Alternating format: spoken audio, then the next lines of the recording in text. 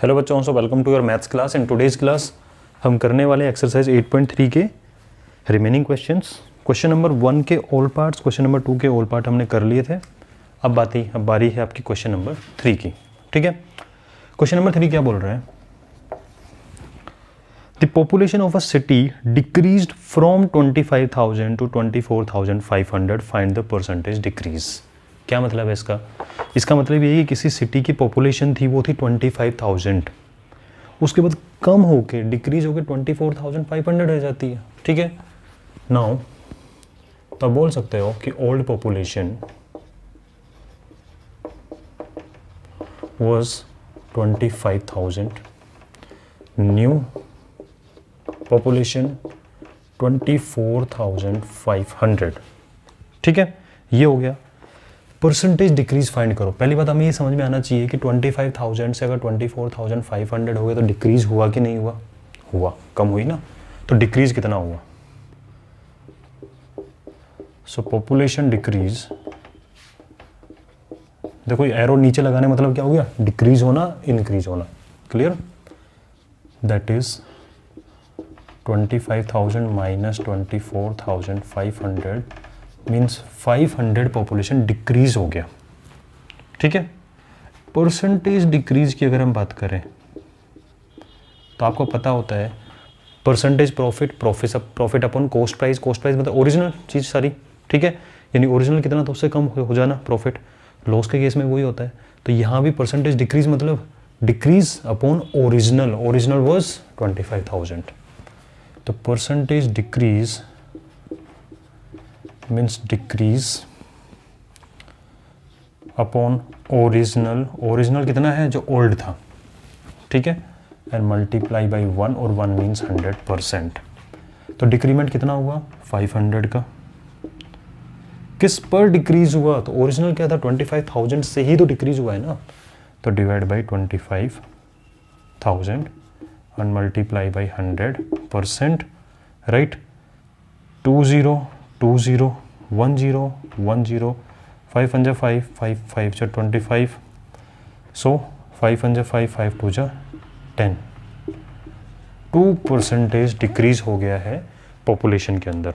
वैसे 500 का डिक्रीमेंट हुआ है, लेकिन परसेंटेज वाइज कितना है? ओनली 2% डिक्रीमेंट हुआ है 25,000 को अगर आप बेस मान के बात करते हैं तो। क्लियर? तो नोट कर लीजिए एक बार इसको आप।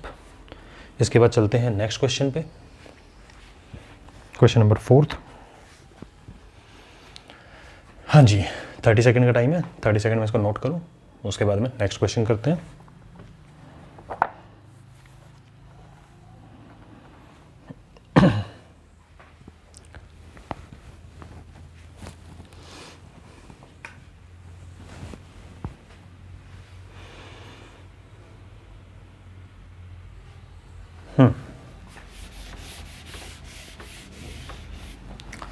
Now come to next question, question number 4। क्या बोल रहे हैं? Arun bought a car for 3,50,000 rupees. उसने परचेज किया। Next year price went up to 3,70,000। Next year उसका प्राइस इंक्रीज होकर 3,70,000 हो गया। What was the percentage of price increase?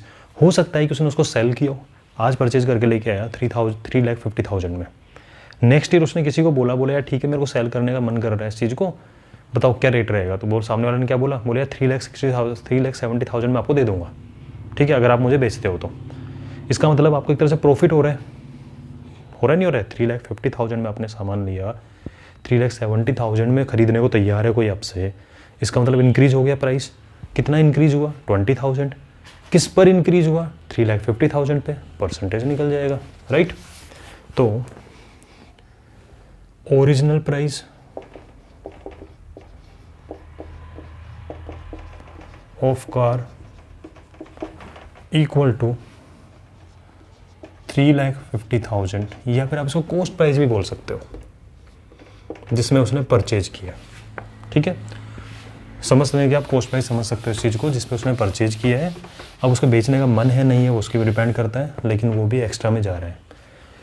ठीक है, उसके बाद क्या करते हैं? Next year price next year किसी ने बोला भाई 3,70,000 में आपको दे सकता हूँ, अगर आपको सेल करना है तो कर दो, ठीक है। ओके, अब आप मुझे बताइए चीज़, प्राइस इंक्रीज हुआ या डिक्रीज हुआ? 3,50,000 से 3,70,000 तक हो जाना इंक्रीमेंट हो रहा है, इंक्रीज हो गया price.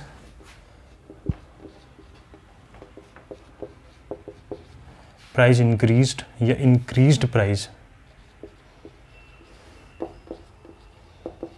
Equal to 3,70,000 minus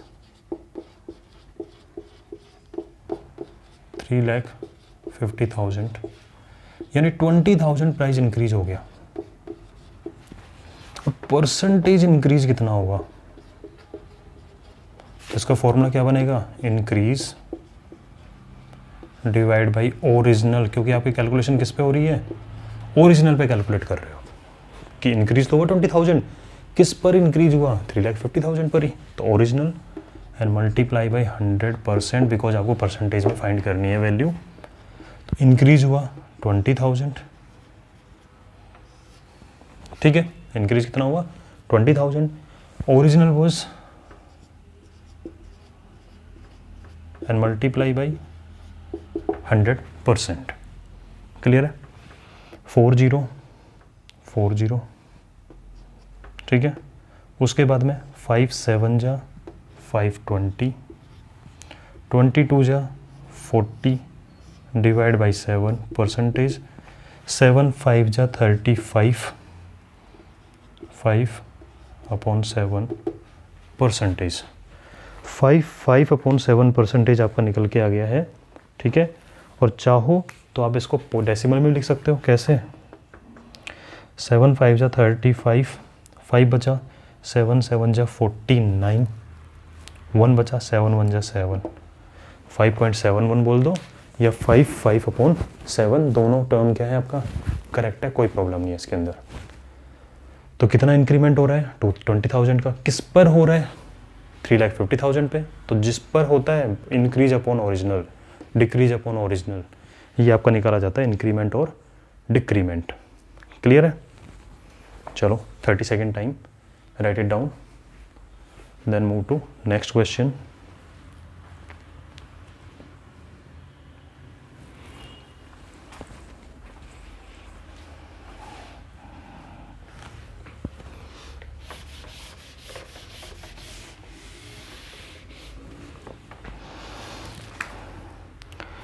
Fifth question, I buy a TV for 10,000 and sell it at a profit of 20%. How much money do I get for it? TV को परचेज किया, so cost price of TV equal to 10,000 rupees, ठीक है, that is cost price. And what is profit? equal to 20%, and what is selling price that you need to find. So this is the question.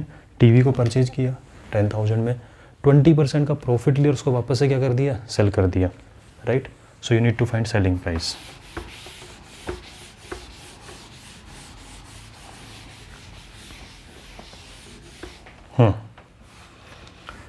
आपको पता है profit is 20%, 20% of what? 20% of cost price.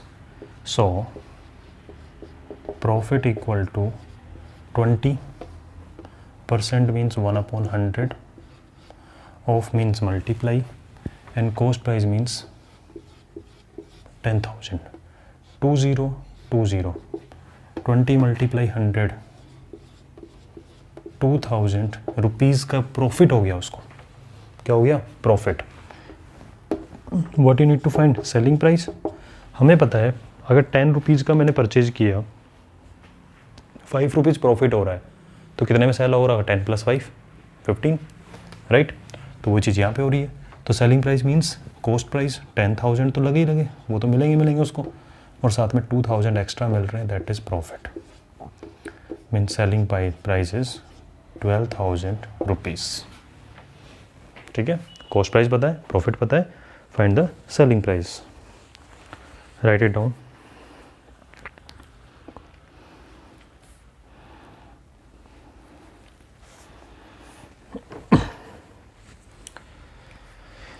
हाँ जी, 30 second, then move to next question.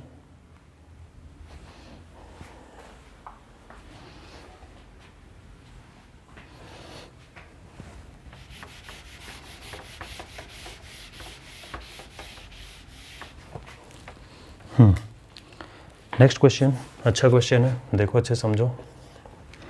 Juhi sells a washing machine for 13,500, loss 20% in bargain, what was the price at which she bought it. उल्टा हो गया, loss given है that is 20%, selling price given है 13,500, आपको बताना है कितने में परचेज किया था उसने, that is unknown.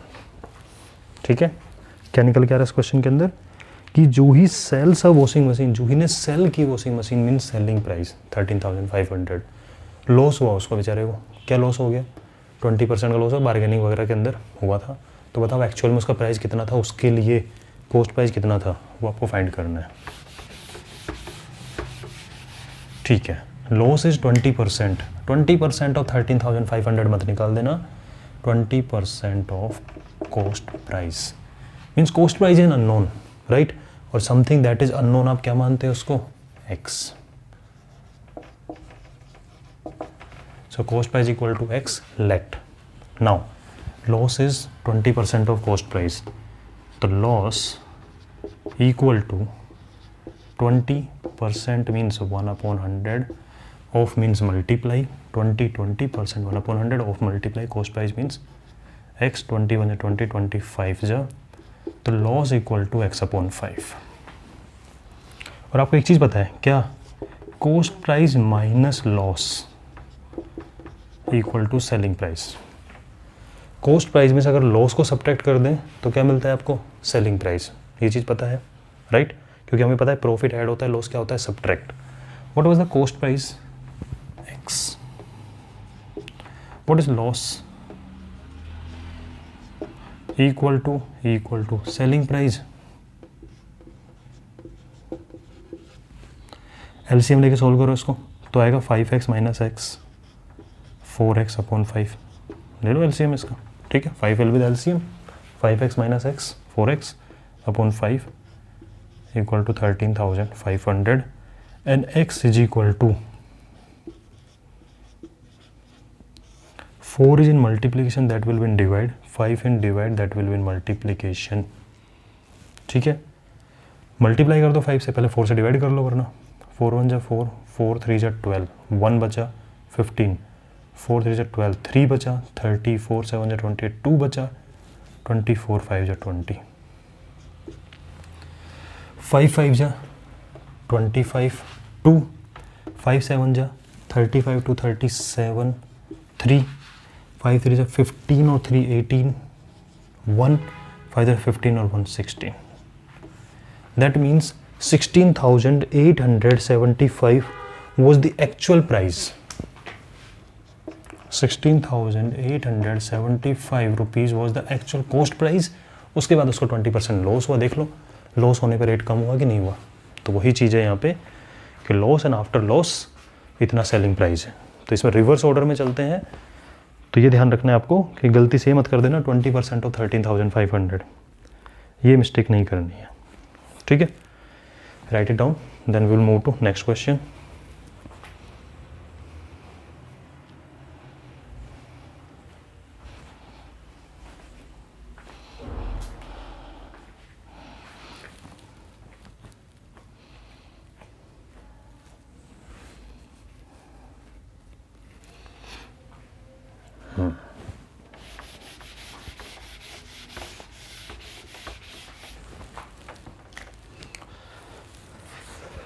Next question 7th is first part, इसको नोट कर लो, मैं थोड़ा सा लिख देता हूँ।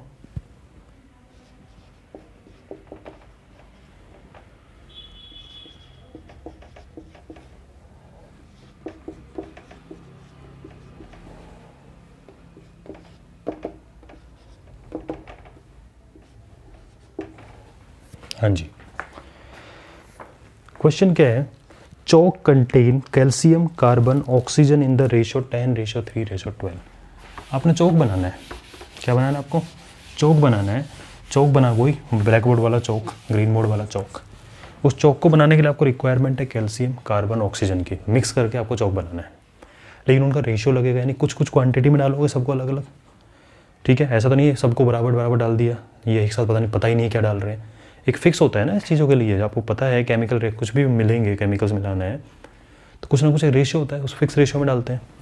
तो आपने लिया 10 रेशियो कैल्शियम, मतलब 10 पार्ट कैल्शियम के, 3 पार्ट कार्बन के और 12 पार्ट ऑक्सीजन के। ठीक है, इसका मतलब टोटल पार्ट कितने होंगे?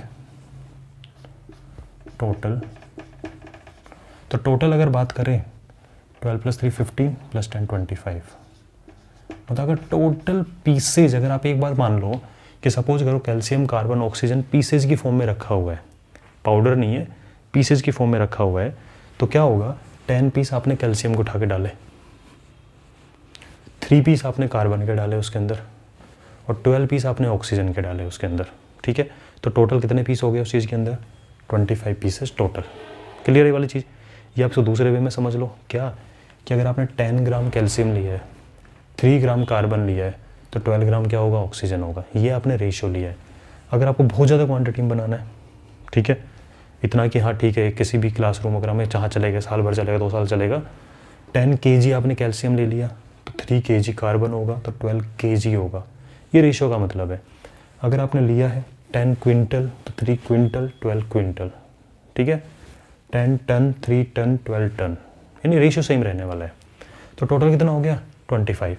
अब आपको फाइंड करना है इसके अंदर percentage of carbon in the Chowk, percentage of carbon. तो सीधी सी बात है, कार्बन के मार्क्स निकालने एक तरीके से आप ये मान लो। तो कार्बन कितना है, कार्बन का पार्ट कितना है इसके अंदर? देखो भाई, कैल्शियम के पार्ट 3 है, कार्बन के कैल्शियम के 10 है, कार्बन के 3, ऑक्सीजन के 12 है। तो कार्बन का पार्ट है 3, लेकिन टोटल कितना है आउट ऑफ? तो कैल्शियम जो कार्बन की बात करें, carbon is equal to 3 out of 25। Carbon कितना है? ओनली 3 है कार्बन, आउट ऑफ 25 पीसेस पड़े हुए हैं, इनमें से कार्बन कितना है? ओनली 3। और इसका मतलब क्या होता है? 3 आउट ऑफ 25 मतलब 3/25। परसेंटेज में कन्वर्ट करना है तो मल्टीप्लाई बाई 1 मीन्स 100%। 25 टेबल हो जाएगा, कट जाएगा, 4 3 जा 12, तो 12% कार्बन है। कार्बन कितना परसेंट है? 12%। चलो तो क्वेश्चन में नहीं आया, अगर मैंने पूछ लेते बताओ कैल्शियम कितना परसेंट है, तो अब कैल्शियम की बात करते हैं। तो कैल्शियम है 10 आउट ऑफ 25, और परसेंटेज में कन्वर्ट करोगे तो 40% यहाँ पे कितना है? कैल्शियम है। और अगर ऑक्सीजन की बात कर लें, ऑक्सीजन कितना है? तो बोले जी ऑक्सीजन है 12 आउट ऑफ 25।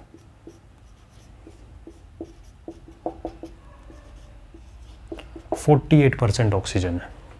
ठीक है, और चाहो तो चेक कर लो, 12 + 48 + 40 को मिला के 100% बन रहा है। 100% मतलब कंप्लीट। ठीक है, तो ये आपका निकल गया इसका first part. Right it down.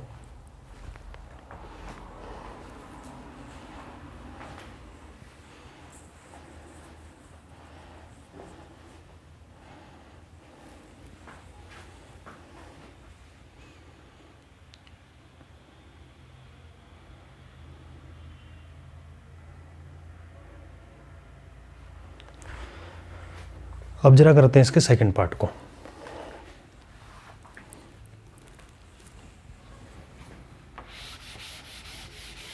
ठीक है, तो देखो करना क्या होता है, सिर्फ कार्बन पूछा है, कार्बन पर मत रुक जाओ, समझा करो, इनका भी निकाल के देखा करो। ठीक है, फिर कैलकुलेट कर देखो। टोटल 100% होता है ना, 25 मीन्स टोटल इज 100%। देख लो इन तीनों को ऐड करके देखो, 100% आ रहा है। राइट, तो ऐसे बीच बीच में थोड़ा सा कैलकुलेशन किया करो। Second part is, if in a stick of chalk carbon is 3 gram, what is the weight of chalk stick? तो मैंने आपको बोला था कि इस रेशियो का मतलब ही क्या है, कि अगर ये 10 किलोग्राम है तो ये 3 किलोग्राम होगा और ये 12 किलोग्राम होगा, तभी तो ये रेशियो रहने वाला है। तो अगर ये 10 ग्राम होगा तो ये 3 ग्राम होगा और ये 12 ग्राम होगा। बात समझ में आ रही है? ठीक है, इसका मतलब अगर ये 3 ग्राम दे ही दिया कि इफ़ कार्बन इज़ 3 ग्राम, तो आपको पता है if carbon is 3 gram, this is 10 gram, this is 12 gram and total will be, so if carbon is 3 gram then total weight कितना आएगा? बोले 10 ग्राम प्लस 3 ग्राम प्लस 12 ग्राम, कितना वेट निकलने वाला है? 25 ग्राम। और अगर केजी है तो टोटल वेट कितना होगा? 25 केजी। तो ये ध्यान देने वाली बात है।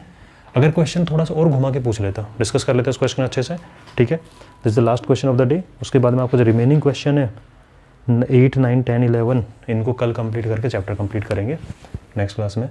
अगर यही पूछ लेता क्वेश्चन कि अगर ये 10 ग्राम है कैल्शियम तो बताओ कितना वेट है, तो आप सीधा बोल दो भाई ये 10 ग्राम है तो ये 3 है, ये 12 है, तब भी टोटल 25 रहने वाला है। अगर ये 12 ग्राम है तब टोटल कितना रहेगा? बोले तब भी 25 रहेगा। और इस क्वेश्चन में थोड़ा सा ट्विस्ट ला देता हूँ मैं, ये नोट कर लो, ठीक है? कार्बन अगर 3 ग्राम है टोटल कितना है? 25 ग्राम। अगर क्वेश्चन ऐसा आ जाए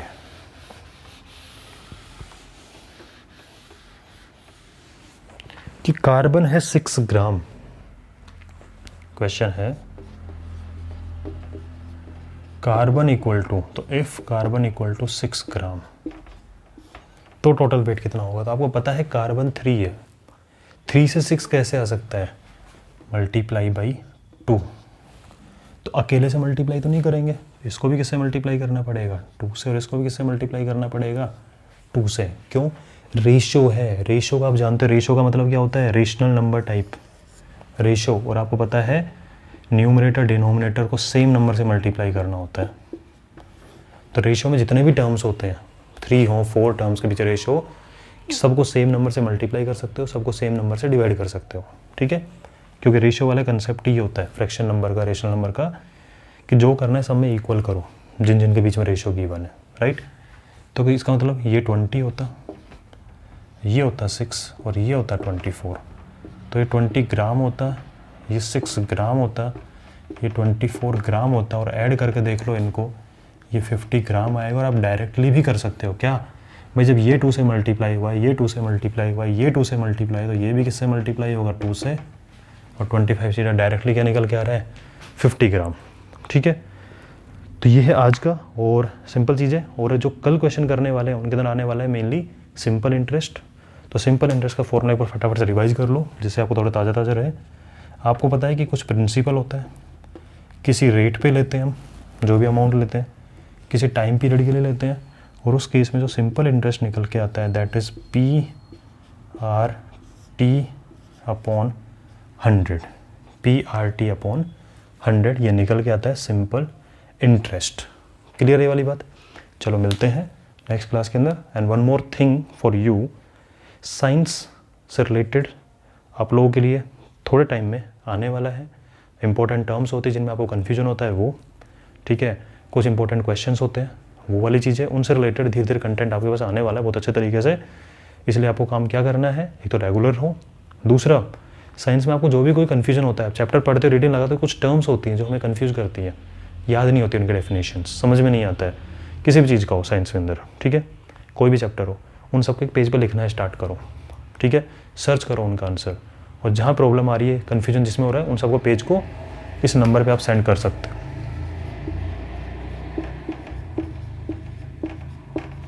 8001242223 उनको लेके फिर आपके प्रॉब्लम सॉल्यूशन करने के लिए हम लोग काम कर रहे हैं। विद इन 1 मंथ 1.5 मंथ आपके पास में कंटेंट आना स्टार्ट हो जाएगा उसका भी, ठीक है? तो मिलते हैं नेक्स्ट वीडियो के अंदर। अपने फ्रेंड से ज़्यादा से ज़्यादा शेयर करो, ठीक है? और जो ओलंपियाड मैंने बैच चालू किया हुआ है, ट्राई करो उसके अंदर पार्टिसिपेट करने का, क्योंकि उसका आपको बेनिफिट ही मिलने वाला है काफ़ी, ठीक है? ओलंपियाड, NTSC, या कुछ भी आप एग्जाम देने वाले हो, नवोदय स्कूल का हो सकता है, सैनिक स्कूल का, तो उसके लिए ऑनलाइन पेड बैच स्टार्ट है, आप चाहो तो ज्वाइन कर सकते हो उस चीज़ को। चलो मिलते हैं नेक्स्ट क्लास में।